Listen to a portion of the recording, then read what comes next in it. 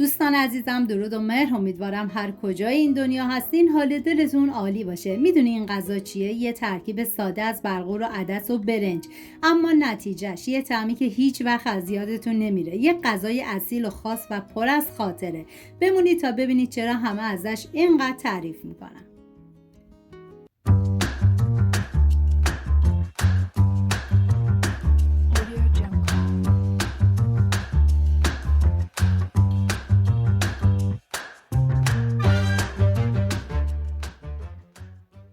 این غذا 2 مرحله پیاز داره که مرحله اول 3 عدد پیاز رو به صورت اسلایسی ریز میکنم.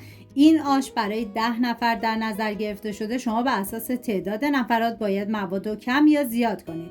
من اندازه ها رو هم در طول ویدیو میگم، هم داخل دیسکریپشن نوشتم. داخل قابلمه مقداری کره حیوانی ریختم که عزیزانی که وگان هستن از هر نوع روغنی که دوست دارن میتونن استفاده کنن. بعد از داغ شدن پیاز ریز شده رو بهش اضافه میکنم، هم میزنم و میذارم تا پیاز تف بخوره. من آشای اصیل و سنتی زیادی درست کردم، لینکش رو داخل دیسکریپشن گذاشتم. دوست داشتید ببینید و درست کنید و از خوردنش لذت ببرید. ادویه ها شامل زردچوبه، فلفل سیاه و پودر تخم گشنیز هستش. هم میزنم و میذارم ادویه ها تف بخورن و عطر ادویه ها آزاد بشه. چون این غذا کش داره، احتمال اینکه کشکمون نمک داشته باشه، من نمک رو میذارم برای مرحله آخر تست میکنم. اگه نیاز بود اضافه میکنم. سبزی معطر شامل پونه خوش، آویشن و نعنا خوش. از هر کدوم یک قاشق غذاخوری به پیاز اضافه میکنم. هم میزنم در حدی که فقط با پیاز مخلوط بشه. نیاز به تفت دادن بیش از حد نداره.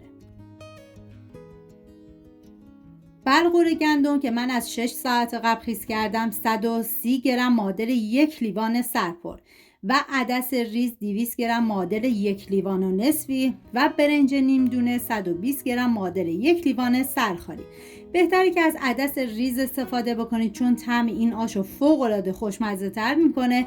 همین که به هیچ عنوان عدس ریز وا نمیشه و فرم خودشو کاملا حفظ میکنه. و اگه از برنج نیم دونه هم استفاده بکنید خیلی بهتره. هم میزنم تا همه مواد با هم دیگه مخلوط بشن و یه تفت خیلی مختصری بخورم. و حالا مقداری آب بهش اضافه میکنم. همون اول آب زیادی هم نریزید، مقداری آب بریزید در طول زمان پخت. اگر دیدین که آبش کمه دوباره بهش آب جوش اضافه کنید. من مقدار عصاره قلم داشتم که بهش اضافه کردم. عزیزانی که وگان هستن این مرحله رو حذف بکنن، ولی بقیه عزیزان اگه داشتن اضافه بکنن طعم این آشو فوق العاده خوشمزه تر میکنه. ما نیاز به اسفناج داریم که من از 7 دسته اسفناج استفاده کردم. اسفناج رو نه خیلی ریز و نه خیلی درشت خورد کنیم.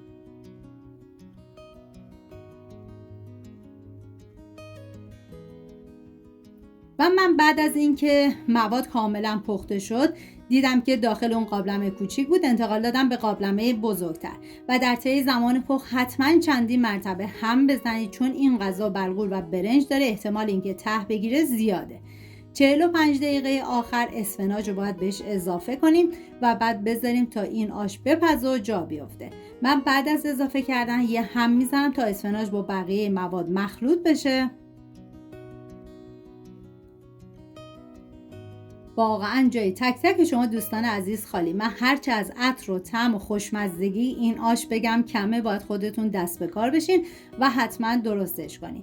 من توی مرحله دیدم که مواد کمی سفته، 1 لیوان آب جوش بهش اضافه کردم.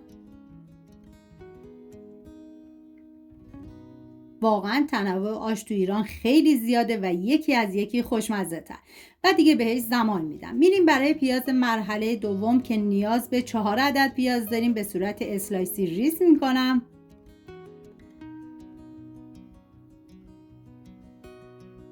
و 7 حبه سیرم باید ریز ریز خورد کنیم.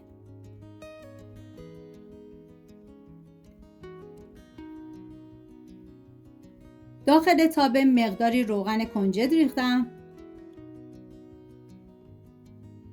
بعد از داغ شدن پیازی که ریز کردم و بهش اضافه میکنم و هم میزنم و زمان میدم تا پیاز کاملا سرخ بشه. بهتون پیشنهاد میکنم اگر عاشق آش هستی حتما این آش اسفناج رو امتحان کنید. و بعد از اینکه پیاز تفت خورد سیر ریز شده رو میریزم و هم میزنم و میذارم تا سیر یه تفت مختصری بخوره.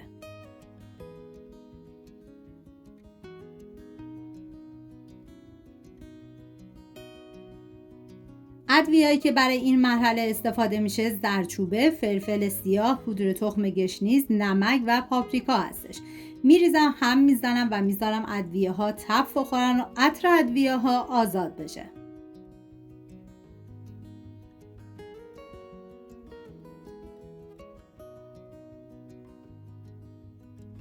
و سبزی خشکی که برای این مرحله ما استفاده میکنیم فقط پونه و آویشن خشک هست که از هر کدوم یک قاشق غذاخوری اضافه میکنم، هم میزنم و میذارم تا با پیاز مخلوط بشه. بازم میگم نیازی به تفت دادن بیش از حد اصلا نیستش. 4 قاشق غذاخوری سرپوش کشک رو بهش اضافه کنید و زمانی که کشک رو اضافه کردید هم بزنید و باید حتما حرارت کم باشه. وقتی که کشک با پیاز کاملا مخلوط شد دیگه باید حرارت رو خاموش کنید. واقعا یه ترکیب عالی و فوق‌العاده خوشمزه.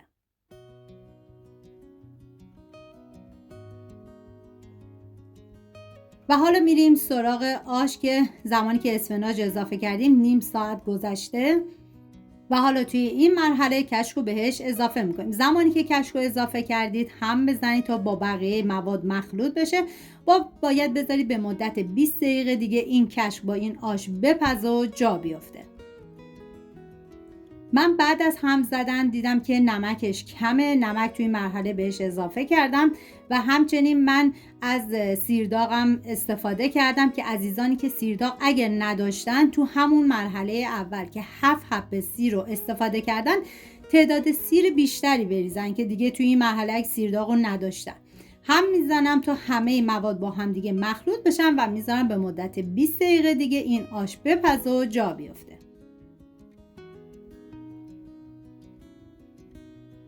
خب اینم از آش ما. اگر از عزیزانی هستین که ویدیوهای منو دنبال میکنی ولی هنوز سابسکرایب نکردید، ممنون میشم رو دکمه سابسکرایب بزنید. اینطوری هم از کانال حمایت میکنی هم ویدیوهای بعدی رو از دست نمیدین.